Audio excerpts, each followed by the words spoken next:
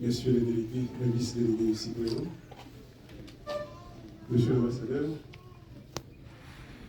mesdames, messieurs de la délégation de l'ambassade de Taïwan, monsieur le maire, monsieur le directeur de la police nationale, autorités civiles, policières et militaires en vos rangs et qualités ici présents aujourd'hui. Il y a 4 ou 5 piliers qui sont extrêmement importants dans le développement d'une région, d'un pays. La santé, l'éducation, la justice et bien sûr la sécurité.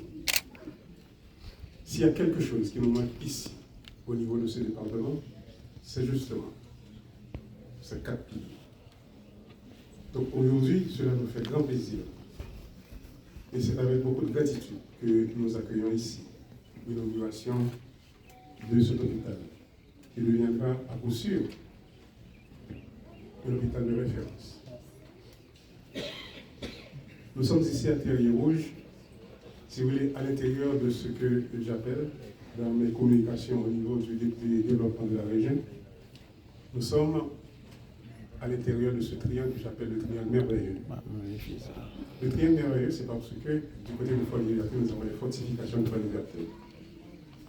Au sud-ouest, nous avons le parc national historique, et on peut refermer ce triangle, ou bien du côté de la Badie, ou bien du côté du Mont Saint-Nicolas. Et à Terrier-Rouge, ici, nous sommes en plein dans ce triangle que nous appelons ce triangle merveilleux.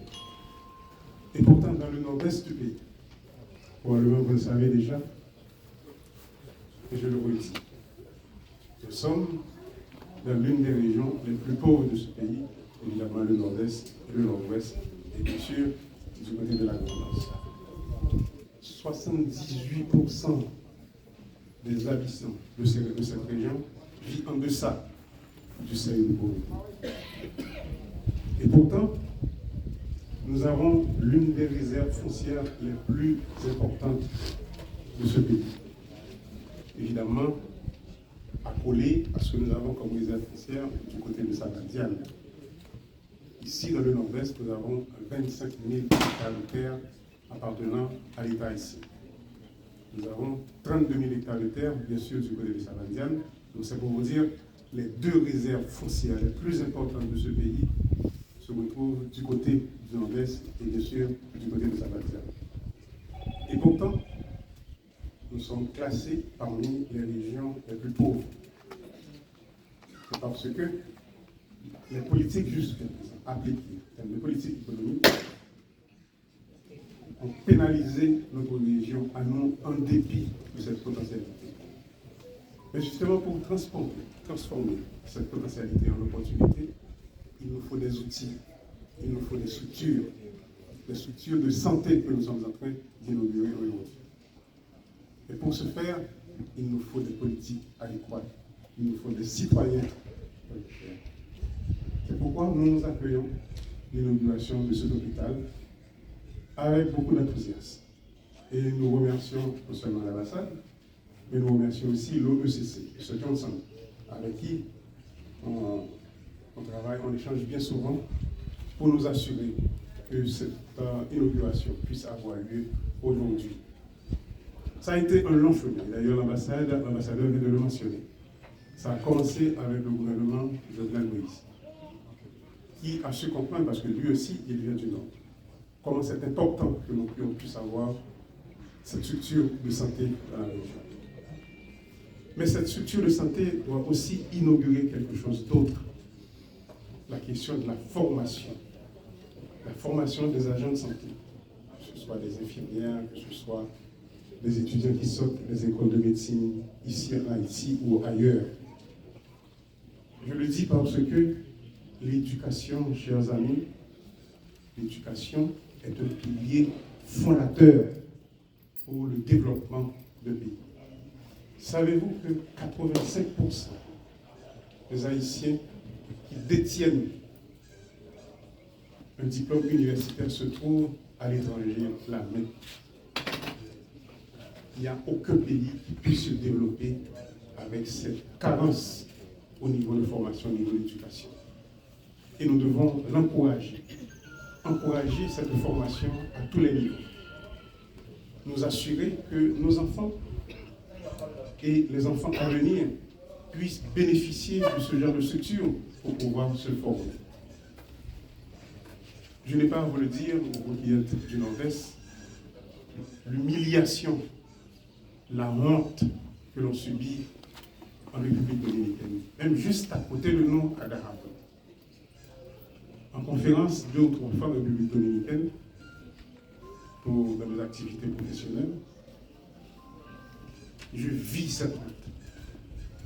Nos femmes qui sont sur les trottoirs des hôpitaux, que ce soit du côté de Santiago, que ce soit à Dahab, pour pouvoir trouver un peu de services de santé pour pouvoir accoucher. Ce sont des défis extrêmement importants pour nous, dirigeants de ce pays. Évidemment, nous sommes à un carrefour extrêmement difficile de la vie nationale. Je le dis pour vous, il y a des gens, des citoyens, qui se sont alliés à la criminalité transnationale et qui ont mis des armes aux mains de nos jeunes les plus vulnérables dans les quartiers les plus pauvres. Et ça a évolué pour nous mettre en plein dans cette crise avec la criminalité transnationale, mais aussi la corruption transnationale. Donc ce que nous sommes en train de vivre là maintenant, les gens qui ont émigré de Port-au-Prince pour venir ici, de Plateau Central pour venir ici, ce sont les gens qui sont victimes de cette criminalité transnationale. Et c'est pourquoi que ce soit ici, au Plateau Central, que ce soit ici dans le Nord-Est, excusez-moi, et que ce soit dans le sud du pays, les structures de santé ne répondent pas à ce flux de population qui arrive. Les structures de santé, aussi bien que les structures d'éducation. Je dois vous dire, au niveau du sud de ce pays, c'est plus d'une centaine de milliers de jeunes gens et de jeunes filles, et d'enfants aussi, qui sont obligés d'émigrer du côté du sud pour pouvoir trouver les services d'éducation et de santé. Et là, j'étais étonné de savoir que même à Sainte-Suzanne, là où se trouve ma résidence, il y a des gens qui nous sont arrivés du Plateau Central. Donc il y a un travail immense à faire dans tous les secteurs. Secteur de l'éducation, secteur de la justice, secteur de la sécurité, secteur de la santé. Donc nous disons bravo. Bravo aux personnels de santé qui sont ici avec nous, qui viennent d'être installés pour nous assurer la bonne conduite, la bonne marche de cet hôpital que nous inaugurons aujourd'hui. Nous redisons merci à la coopération haïtiano-taïwanaise pour cette structure de santé. Nous redisons encore merci à l'OECC pour les travaux accomplis pour la mise en œuvre de cet hôpital de référence. Mais nous disons aussi merci aux personnels de sécurité qui sont là avec nous. Le directeur départemental de la police nationale en général. Parce que c'est extrêmement important pour nous que cette structure soit accompagnée de personnel de sécurité pour la bonne marche de l'hôpital, mais aussi pour que les travailleurs de cet hôpital, les professionnels puissent travailler en paix. On doit avoir cet aspect de sécurité. Et c'est pourquoi, dans les discussions, dans les échanges que nous avons eus hier avec le directeur départemental de la santé, je lui ai dit, c'est une plaidoyer que je fais depuis déjà un bon bout de temps à Port-au-Prince. Par rapport à la question sécuritaire ici en Haïti.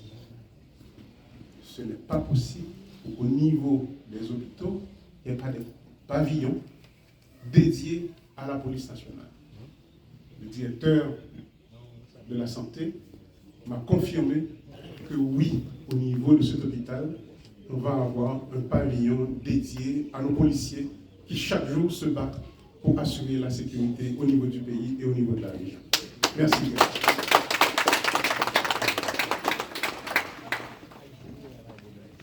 Je pense que je n'ai qu'à dire félicitations à tout le monde, mais aussi bon travail à la directrice à peine nommée et installée pour nous assurer la bonne marche de cet hôpital et aussi nous assurer que cet hôpital devienne un hôpital de référence. Merci à vous tous et bon travail à tous et à chacun. Merci.